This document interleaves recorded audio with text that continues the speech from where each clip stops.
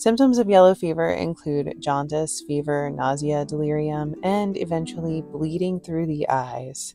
It is spread by a specific type of mosquito, and outbreaks occurred during the summer months in early New Orleans. It was a serious problem, killing hundreds or thousands each year. They believed that it was spread through the fumes given off of rotting corpses that had died of yellow fever, which they called the vapors.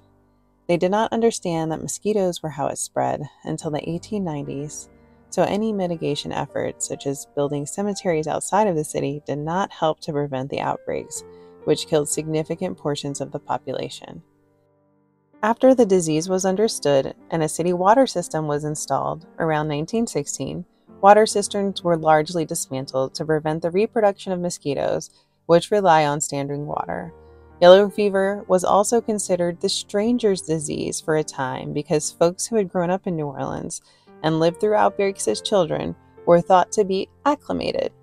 Proving you were acclimated had a lot to do with how long you had been in the city. Perhaps this explains some of the lingering divide between transplants and those from New Orleans. Famous residents who were taken out by yellow fever include Andrew Jackson and Benjamin Latrobe.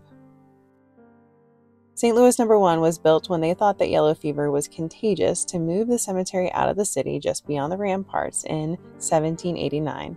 St. Louis No. 2 was built a few blocks away and a little further from the city in 1823.